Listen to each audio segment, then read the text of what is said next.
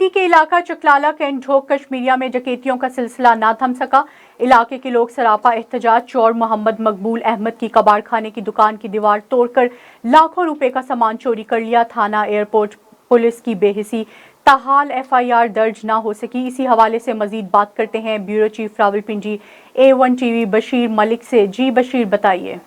इस वक्त हम मौजूद हैं, रावलपिंडी का इलाका है ढोक कश्मीरिया। इस वक्त यहाँ के इलाके लोग सरापा एहतजाज है। उनका कहना है आए रोज यहाँ पे चोरियों का सिलसिला ना रुक सका। और रात ही अगर कैमरा मैन मेरा दिखाई, ये कबाड़ खाना है, यहाँ पे कबाड़ खाने की दुकानें तोड़कर, दीवारें तोड़कर वो लोग लाखों रुपए का सामान उठा के डाकू ले गए।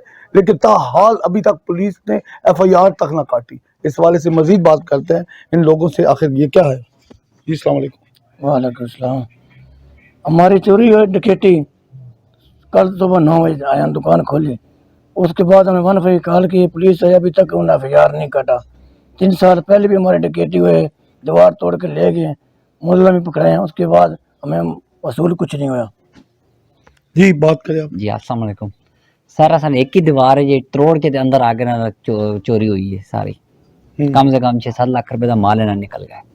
तो पहले भी हुई है और फिर हुई है, दोबारा हो गई। अच्छा एक बात बताएं, पुलिस के लोग यहाँ पे आए थे?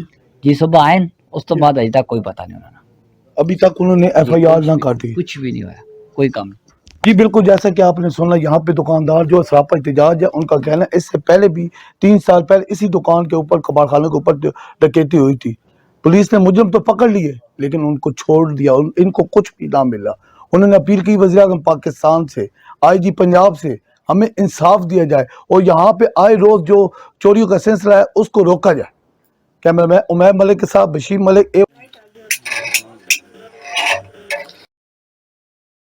बहुत शुक्रिया बशीर।